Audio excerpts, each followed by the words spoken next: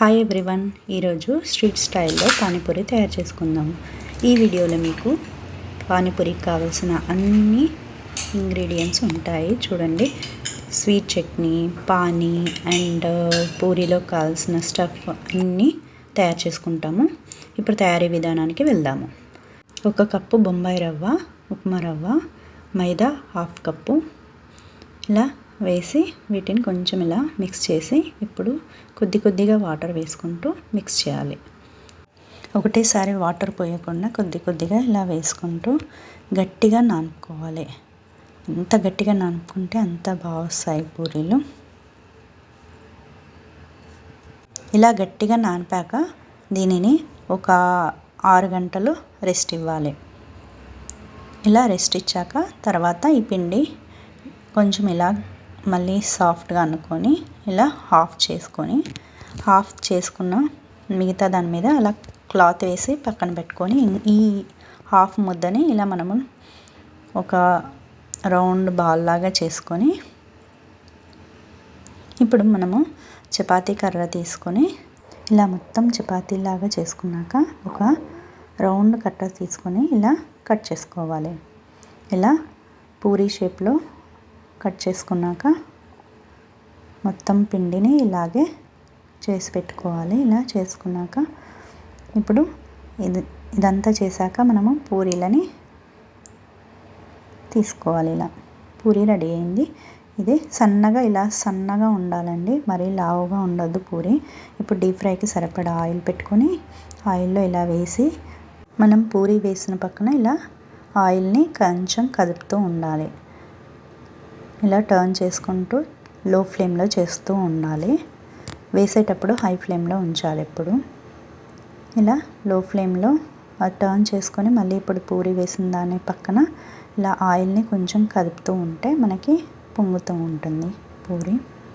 ఇలాగే అన్ని పూరీలను వేస్తూ ఇవి టర్న్ చేసుకుంటూ అలాగే వేసిన పూరీ సైడు కొంచెం ఇలా ఆయిల్ని కదుపుతూ ఉండాలి. కదిపితేనే మనకు పూరీ పొంగుతుంది. ఇలా పొంగాకనే టర్న్ చేయాలి. అలాగే అన్ని పూరీలని ఇలా చేసుకుంటూ బ్రౌన్ కలర్ వచ్చే వరకు మనం వేయించాలి. లో ఫ్లేమ్లో ఇలా చేసుకుంటూ ఉండాలి. వేసేటప్పుడు హై ఫ్లేమ్లో ఉంచాలి. ఇలా బ్రౌన్ కలర్ వచ్చాకనే తీయాలి. అలాగే ఎత్తనే క్రిస్పీగా ఉంటాయి పూరీలు. ఇప్పుడు నేను రెడీ చేసిన పూరీలు చూపిస్తాను. ఇప్పుడు మనం స్వీట్ చట్నీలోకి వెళ్దాం. ఇలా కొద్దిగా చింతపండులో మనము 3 స్పూన్ల చక్కెరని, కొద్దిగా ఉప్పు వేసి, కొద్దిగా కారం వేసి, కొద్దిగా చాట్ మసాలా వేసి ఇలా మొత్తం మిక్స్ చేసుకోవాలి. చింతపండు మనకు బాగా మిక్స్ అవ్వాలి. ఇది మనము చిన్న మిక్సీ జార్లో కూడా మిక్స్ చేసుకోవచ్చు, లేదంటే ఇలా స్పూన్తో మిక్స్ చేసుకున్నా సరిపోతుంది. ఇలా మొత్తం మిక్స్ చేసుకున్నాక మనకు అంతా మంచిగా చింతపండు మొత్తం మెల్ట్ అవ్వాలి. ఇలా మెల్ట్ అయ్యాక ఇప్పుడు దీనిని మనము పొయ్యి మీద పెట్టి ఇలా ఉడికించాలి. అదే స్వీట్ చట్నీ రెడీ.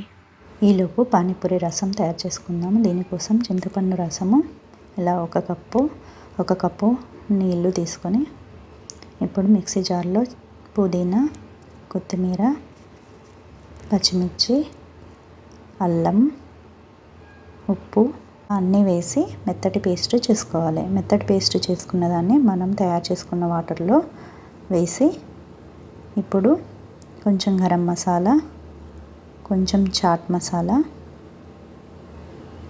కొద్దిగా ఉప్పు, కొద్దిగా కారం వేసి కొంచెం బెల్లం వేసి మిక్స్ చేయాలి. అంతే అండి, పానీపూరీలకి పానీ రెడీ. ఇప్పుడు పానీపూరీలకు కావాల్సిన స్టఫ్ తయారు చేసుకుందాము. స్టఫ్ కోసము మనము బఠానీలను ఒక 4 గంటలు నానబెట్టుకోవాలి. ఇప్పుడు ఇలా కుక్కర్లోకి తీసుకొని బఠానీలు మునిగేంత వరకు నీళ్లు పోసి, ఉప్పు వేసి, కొంచెం పసుపు వేసి కుక్కర్ మూత పెట్టి ఒక 3 విజిల్లు ఉడికించాలి. ఇలా ఇది ఉడికేలోపు ఇప్పుడు మనము పొటాటో కూడా ఒకటి తీసుకొని ఇలా హాఫ్ చేసి వాటర్ని పోసి ఉడికించాలి. ఇది 2 విజిల్లు ఉడికిస్తే మనకు ఉడుకుతుంది. అంతే. ఇప్పుడు పొటాటోస్ ఉడికినాక ఇలా మ్యాష్ చేసుకున్న దాంట్లోకి మనము బఠానీలని ఇలా వేసి ఇలా మెత్తగా ఉడకాలి. ఇలా మెత్తగా ఉడికిన బఠానీలను వేసి ఉల్లిపాయలు తరిగినవి వేసి ఇప్పుడు కొత్తిమీర వేసి కొద్దిగా చాట్ మసాలా, కొద్దిగా గరం మసాలా, కొద్దిగా కారం, రుచికి సరిపడా ఉప్పు వేసి మొత్తం మిక్స్ చేసుకోవాలి. అంతే అండి, ఇప్పుడు పానీపూరీలకు కావాల్సిన స్టఫ్ రెడీ. అంతే అండి, పానీపూరీలను ఇప్పుడు ఎంజాయ్ చేద్దాము. చూడండి, ఎంతో క్రిస్పీ పూరీలలో ఇలా మనము స్టఫ్ పెట్టుకొని, ఇలా స్టఫ్ పెట్టుకున్నాక స్వీట్ చట్నీ పెట్టుకొని, ఇలా స్వీట్ చట్నీ పెట్టుకున్నాక పానీని ఇందులో పోసుకొని టేస్ట్ చేద్దాం. ఇంకా అంతే, టేస్టీ పానీపూరి రెడీ. చూడండి, అన్ని ఇంగ్రీడియంట్స్తో మీకు పానీపూరి చూపించాను. చూడండి, ఈ వీడియో మీకు నచ్చితే లైక్ చేయండి, షేర్ చేయండి, సబ్స్క్రైబ్ చేయండి.